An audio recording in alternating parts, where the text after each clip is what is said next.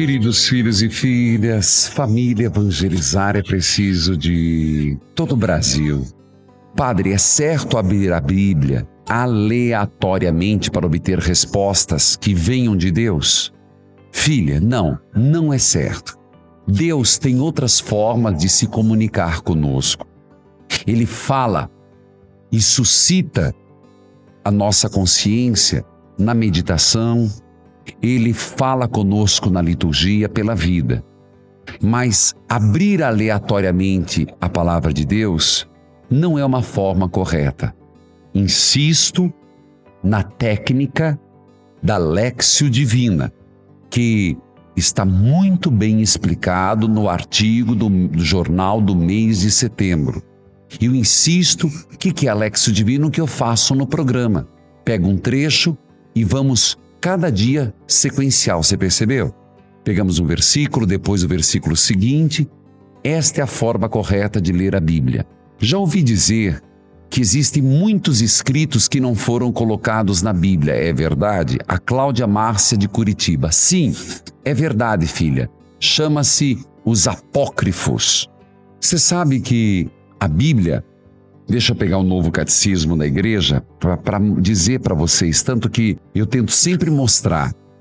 Existiam muitos livros, muitos, mas no século II, depois eu indico no novo catecismo enquanto eu vou abrindo aqui, deixa eu explicar. Porque não é difícil, é a formação do cânon. O que é isso, padre? Você tem que entender que Jesus, não se escandalize, filha, Jesus não escreveu uma linha do Novo Testamento. Padre, o senhor tem certeza que o senhor está afirmando? Tenho. Jesus não escreveu uma linha sequer.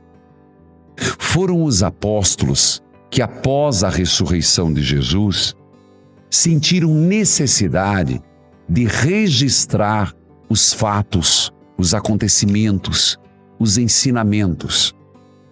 A partir dos anos 70, Mateus, Marcos, Lucas, o último foi João. Mas não havia só os 4, havia outros livros. Pois bem, esses outros livros, a própria igreja nascente não os reconheceu. Eram livros que falavam de uma forma muito fantasiosa. Você vai dizer, mas como é que chegaram a negar? Chegaram a negar porque a própria comunidade não os lia, não os tinha como verdade. Então, lá no século II, eles escolheram os livros que as comunidades usavam como oração, como alimento espiritual. E aí formou-se o cânon da Sagrada Escritura. Filhos, aqueles outros livros, os chamados os apócrifos, podem ser lidos? Eu digo para você, eu já os li, mas eu recomendo, só os leia depois de ter lido Mateus, Marcos, Lucas, João, Atos dos Apóstolos, as cartas pastorais de São Paulo, de São Pedro, de Santiago, quer dizer, o Novo Testamento.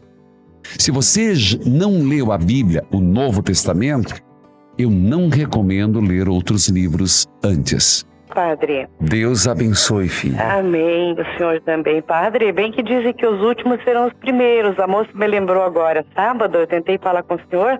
Eu fui a última e não consegui falar com o senhor. Hoje eu sou a primeira a conseguir a ligação. Louvado seja Deus.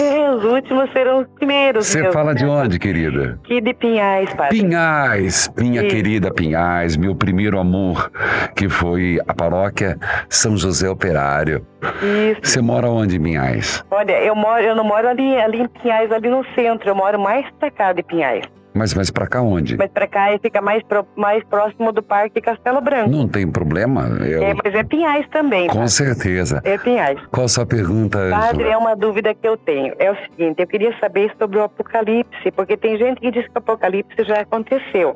Tem gente que diz que vai acontecer. E eu li a passagem que eu mais guardei, assim, foi o capítulo 12 do Apocalipse, que não vai entender, eu não sei se eu estou certa, daí eu quero que o senhor me esclareça a dúvida se parece que já aconteceu, uma coisa que já aconteceu. Então eu quero saber se vai acontecer ou já aconteceu o Apocalipse, padre. Filha, E a sua pergunta é muito interessante. Inclusive, eu fiz um programa sobre o Apocalipse, que foi com um sacerdote meu professor de Bíblia, mas não tem problema. O Apocalipse é tido como o livro da revelação. E, de fato, existe nele uma linguagem apocalíptica que parece que é uma profecia do que vai acontecer. Eu diria, o texto escrito por João se refere muito nos símbolos ao que ia acontecer no seu tempo. Era uma linguagem simbólica para alertar os cristãos, porque ele não podia falar um verbo rasgado. São João não podia mostrar para o imperador Nero como que os cristãos viviam. Então ele usava a besta, as estrelas, como as colinas de Roma. Mas, Ângela, só prestando atenção, se você me aguardar, eu vou fazer um programa do Fé em Debate com um convidado, professor de Bíblia, sobre como entender os sinais do Apocalipse. Pode ser? Pode, padre. Porque eu não vou conseguir agora, não que eu não saiba, porque Apocalipse eu tenho estudado bastante, tenho lido vários comentários sobre ele, mas eu não vou conseguir explicar para você tudo. Eu prefiro fazer um Fé em Debate sobre uma boa compreensão do livro do Apocalipse. Mas respondendo de imediato, de fato, João fala da perseguição do seu tempo, fala do grande dragão a Roma, mas é claro que falando do seu tempo, ele lança nos momentos atuais. Quem é o dragão hoje? Qual é a maior ameaça para que o Verbo encarnado se manifeste no mundo? Nós temos que fazer uma leitura atualizada dos símbolos. E também, não é que vai dizer do fim do mundo, mas nós sabemos que o fim dos tempos necessariamente acontecerá. Tanto que rezamos isso no Creio. Você entendeu, Ângela? Entendi. Mas aguarde, um programa do Fé em Debate será sobre o Apocalipse, porque eu tenho recebido muitas perguntas. Eu acredito que faz muitos anos que eu fiz esse programa. Então, convém fazer de novo. Obrigado pela sua participação, querida. Padre, nada por dentro. Seja bem-vinda. De onde você fala? Fale de Divinópolis. Divinópolis, minha querida Divinópolis, o povo mineiro abençoado. Qual a sua pergunta? Padre, é o seguinte, que na Bíblia tem Eclesiastes e Eclesiástico. Então, eu gostaria que o senhor me explicasse para assim, um discernimento. Tá bom. A diferença entre Eclesiastes e Eclesiástico. Tá certo. Eu respondo daqui um pouquinho, tá bom, Miriam? Tá ok. Um grande abraço. Obrigado por Divinópolis estar conosco. Eu já respondo sua pergunta, querida. Aqui, a Solange de Colíder me deixou um torpedo. O que significa circuncisão? Que São Paulo fala. Solange, não se aveste. Você sabe que eu não tenho receio de falar dessas coisas. Você já ouviu falar da operação da fimose? Já? Que é tirar do órgão reprodutor masculino, o pênis, tira o prepúcio, a pele da glande. Isso hoje se fala operação da fimose. Na tradição judaica, era costume, tanto que Jesus foi circuncidado. Quando diz que no 8º dia, Maria e José levaram o menino ao templo para ser circuncidado. É tirar a pele da glande do pênis. Isso era um rito. Você vai falar, por quê? Por que isso era religioso? Aqui eu vou me basear na explicação que, se não me falha a memória, é de um grande escritor chamado Pixley. Ele diz assim, que no tempo de Jesus, lá no Antigo Testamento, ele escreve o livro Êxodos, é maravilhoso. Ele diz assim, que no Antigo Testamento era uma questão sanitária, era uma questão de higiene, e para que os homens não tivessem problemas de infecção. Porém, foi incorporado como um ato de sinal de pertença a Deus, um sacrifício de pertença, uma marca do povo, uma marca de que eram judeus, eram do povo de Deus. Entendeu que no Antigo Testamento era uma questão sanitária, de higiene, de preservação. porém se tornou um símbolo religioso, político, um símbolo social. Tanto que no Novo Testamento, eu falei que Jesus foi circuncidado. Os apóstolos foram circuncidados porque eram judeus. Em Atos dos Apóstolos, houve uma discussão entre Pedro e Paulo. E foi bravo o negócio. Ali, meu filho, era tubarão com tubarão, hein? Porque Pedro dizia, se alguém se converter, que é pagão e vai se tornar cristão, tem que circuncidar. Primeiro passa pela circuncisão, depois se torna cristão. E Paulo diz, por quê? A circuncisão era um sinal do povo judeu, os cristãos não precisam ser circuncidados. E aí tem uma discussão. O final da história, você vai saber lá na frente. Bom, o final da história você sabe que um cristão católico, um cristão não precisa ser circuncidado. Até hoje, o povo judeu usa como um símbolo ritual de pertença a Deus.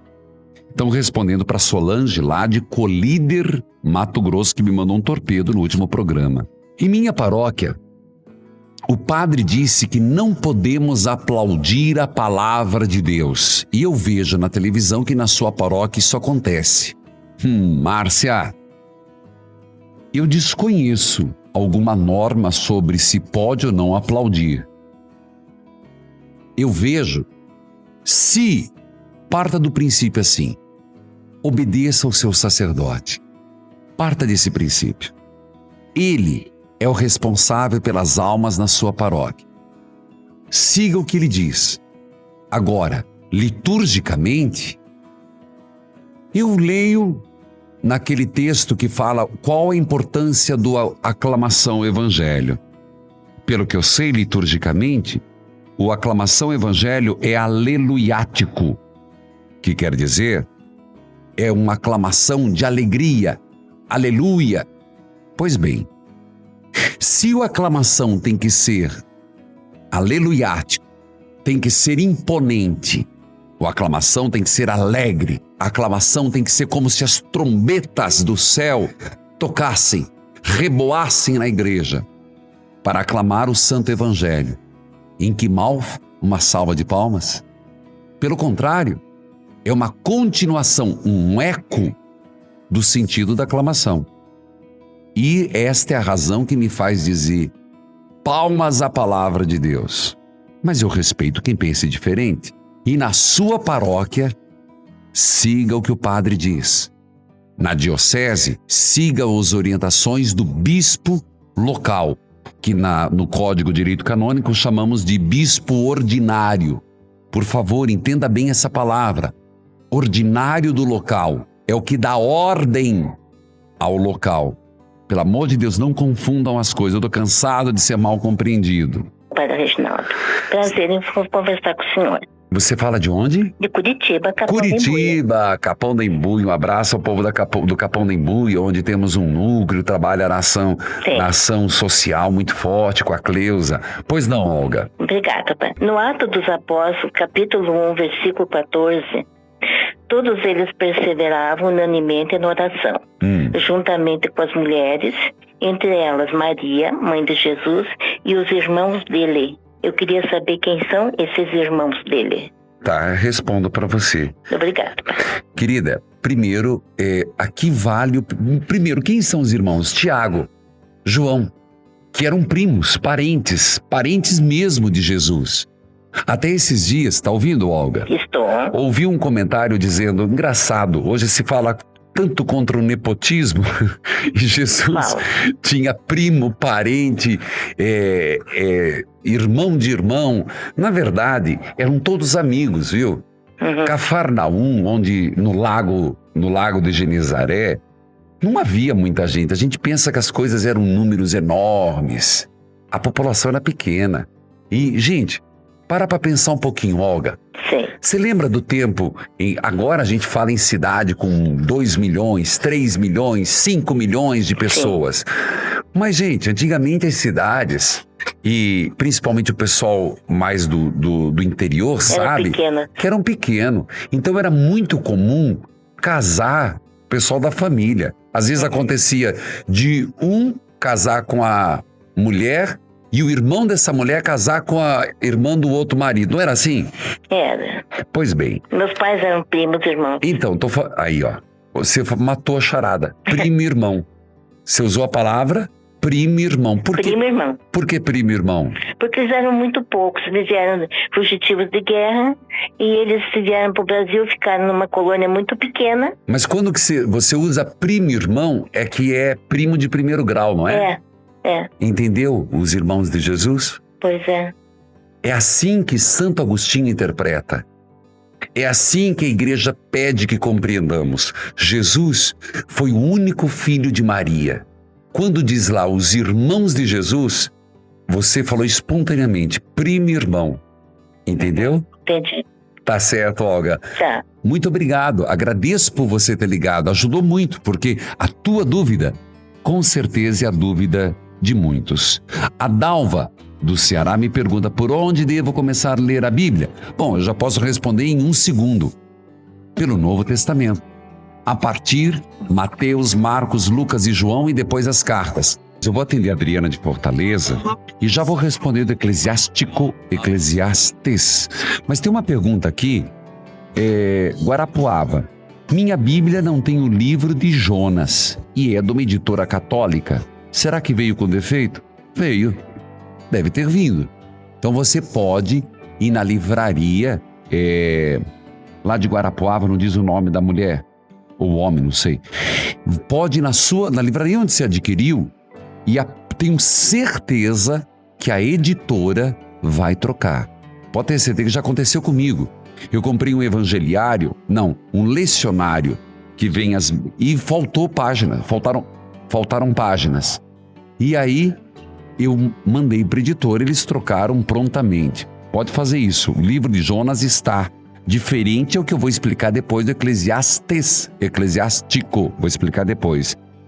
Padre, Deus abençoe, querida. Seja bem-vinda. Obrigada. Qual sua pergunta? Bom, padre, o meu chefe, eu tenho 2 chefes, porém um é evangélico, certo? E eu não lia a Bíblia. Eu estou começando a ler a Bíblia nas 2 últimas semanas, né? Certo. Porque eu não entendia. Então, não adianta eu pegar uma Bíblia para ler e não entender, né? Então, eu preciso de alguém que me ensine. E quem é esse alguém? Padre Reginaldo Manslauer. Obrigado. O que acontece?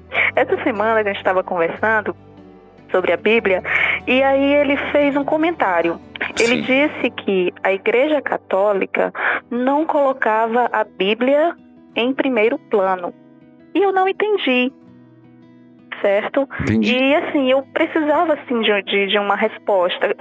E ele concluiu dizendo que a Igreja Católica obedecia o que o Papa decretava, não a Bíblia. Filha, eu entendo, não, a consideração dele é muito inteligente, mas está faltando, ele colocou ponto final aonde seria ponto e vírgula. Pois é. Veja, vamos em partes. Está escutando, Adriana? Estou vendo. É o seguinte, a Bíblia, lembremos que a Bíblia, ela era manuscrita. Vamos ser justos na história. A Bíblia, ela era manuscrita, quer dizer, ela era compilada. Você imaginou isso? Você imagina você copiar à mão um livro? Nossa. Pois bem, então os monges nas abadias, eu posso citar Cluny, posso citar outras abadias, eles tinham a função de ser copistas. Copistas da Bíblia, copistas de canto e etc, etc, etc, etc. Então, num livro era uma coisa rara, já era por natureza. Quando que surgiu a imprensa? Foi por volta de 1500, não foi? Começou quando Martim Lutero, já era mais fácil ter acesso à Bíblia. Aqui ele tem razão em dizer que a Bíblia, para a Igreja Católica, ela foi mais restrita. Ele tem razão em dizer. Tem razão em dizer que demorou para que houvesse essa entrega da Bíblia na mão do povo de Deus. Dizer que os cristãos faziam o que o Papa decretava tem a sua verdade. Só que aquilo que o Papa pedia estava de acordo com a palavra de Deus. É verdade que a Igreja Católica precisou passar por um processo longo de não é democratização, essa palavra seria um absurdo, porque a interpretação nossa não é livre. A nossa interpretação é do senso da Igreja. Existe uma diferença, porque nós acreditamos que Deus se manifesta não só pela palavra. Os protestantes só diziam sola, não vou no latim, deixa eu falar em português, só o que está na palavra vale. Se não tiver na Bíblia, não é verdade. Isso para nós não basta, Adriana. Vou te explicar por quê. Porque os apóstolos ensinavam pelos escritos e também tinham ensinamento oral. Você está entendendo? Sim. Que era transmitido do boca a boca. Então nós acreditamos que a tradição, os ensinamentos, vêm pelo escrito e pela tradição oral. Os apóstolos pregavam, davam exemplos, transmitiam as coisas além do escrever. Então, o magistério, que você citou, o Papa, o colegiado, os bispos, a unidade da igreja, também transmitem aquilo que Jesus queria. Eu sei que eu não respondi totalmente a sua pergunta, porque eu não sei exatamente qual é a sua dúvida. Bom, na verdade, assim, o que eu discordei do que ele falou. É porque você sentiu... Eu acredito que ele não soube interpretar da maneira correta. É que você sentiu atacada. Isso. Na verdade, as pessoas atacam mesmo. Agora, há de convir, e sejamos sinceros, que a Bíblia demorou para chegar na mão do povo. Mas isso não significa que a igreja reteve a Bíblia para poder mandar no povo. Ela reteve a Bíblia para que ela pudesse fazer uma melhor compreensão da palavra. Gente, até o processo dos livros na mão do povo de Deus foi um processo lento, um processo caro. Eu volto a dizer, lembremos que antes a Bíblia era compilada, a impressão em quantidade veio muito depois. O importante, Adriana, é que hoje a Bíblia está na mão tua, minha, nossa. Com certeza. Que as paróquias estão promovendo cursos bíblicos, que a teologia está sendo feita para o povo e com o povo. Isso é o mais importante. Gente, eu tenho que responder a pergunta do eclesiástico, então vou atender a última participante hoje. Fechamos a linha, porque senão eu não dou conta. Eu estou falando de João Pessoa. Opa, João Pessoa. Pois não, Rogério. Eu tenho 5 coisinhas para falar. O que eu estava falando ainda há pouco sobre a tradução, quer dizer, eu estou ensinando Pai Nosso a Vigar, né? Mas a tradução também da Bíblia modifica muito as palavras e os que não existiam, né? Eu falei semana passada a importância que é preciso a gente ler a Bíblia na tradução boa. A tradução, desculpe a palavra, católica. Tem editora católica. Isso. Tá bom. Segundo ponto. Minha Bíblia é toda rabiscada também, igual a sua. Parabéns. Mas eu tô aprendendo a ler mais depois que eu comecei a escutar as aulas bíblicas todos os dias pela manhã, a partir das 10 horas. Que legal. Filha, você tá no segundo ponto. Que às vezes eu também sou mal interpretada. Quando eu tento ajudar as pessoas, falam uma coisa, as pessoas olham pra mim com cara feia, que eu até me recuso. Jesus me abençoa. E a pergunta é assim, quando diz assim a Bíblia, Jesus diz assim, deixa tudo e segue, eu às vezes eu fico na dúvida, será que é pra pessoa largar todos os bens materiais ou só seguir Jesus, ser caridosa, ajudar o próximo, amar o próximo, tentar seguir os mandamentos de Jesus. Filha, esse tudo de Jesus, aqui existe vários níveis de segmento. Há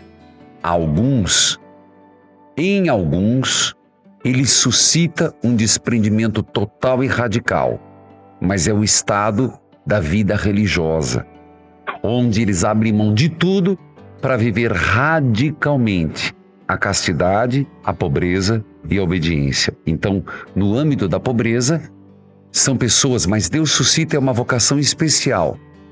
Tá escutando, Rogério? Estou escutando. É porque, assim, eu gosto muito de ajudar as pessoas. Eu me acho muito agraciada por Deus em muitas coisas. Certo. E eu sou um tipo de pessoa, assim, que eu geralmente, quando eu tô com algum aperreio, eu boto o joelho no chão, Jesus me ajuda, só você pode me ajudar. E aí? Aí, geralmente, eu escuto. Tem hora que eu sou meio surda, sabe? Mas tem hora que eu escuto o que ele me fala. Então, mas não quer dizer abandonar tudo. Se você tem uma família, não é abandonar tudo de abrir mão de todos os bens. Porque isso é uma vocação especial. É saber administrar e não deixar que nada seja um empecilho no discipulado do Senhor. É ter os bens, mas não deixar que Ele os tenha. Que Deus abençoe. Tem mais alguma coisa, Rogéria? Não, se puder, reze por meu filho, Rafael, por mim, Rogério, e por meu esposo, Otávio. Tá bom, estaremos rezando, Rogério. Um abraço. Eclesiastes e Eclesiástico. A primeira grande diferença é que os dois livros estão na Bíblia Católica. Escutou? Na tua Bíblia Católica, você vai encontrar Eclesiastes e Eclesiástico. Já na Bíblia Protestante ou evangélica, não tem o livro Eclesiástico, cujo nome significa pertence à igreja. Vem da característica de que o livro do Eclesiástico, vou falar do Eclesiástico, apesar de ser um livro judeu, no primeiro século do cristianismo, só era lido nas igrejas católicas. E o judeu não lia nas sinagogas como até hoje. O judeu tem dificuldade de ler o livro do Eclesiástico. Entendeu? Por quê? O livro do Eclesiástico parece ser um livro rancoroso, um livro bíblico, escrito no ano 180 a.C., quando a Palestina judaica estava sob o poder da Síria, cuja política imperial desejava impor todos os povos vizinhos a pagã religião da cultura grega. O rancor do livro do Eclesiástico, a raiva, claro, eram sentimentos naturais, mesmo naqueles que escreveram, até justificáveis na cultura grega. A cultura judaica condenava tais maus sentimentos. Como se vê, o Eclesiástico é uma heróica resistência religiosa judaica contra a injustiça da imposição da cultura grega pagã. Rancor e raiva são coisas detestáveis, escreve Eclesiástico. Portanto, não se justifica rancor e raiva entre os cristãos. Essa é a temática do Eclesiástico, que está na Bíblia Católica, mas não está na Bíblia Evangélica. O Eclesiastes é um livro que fala de um outro tema.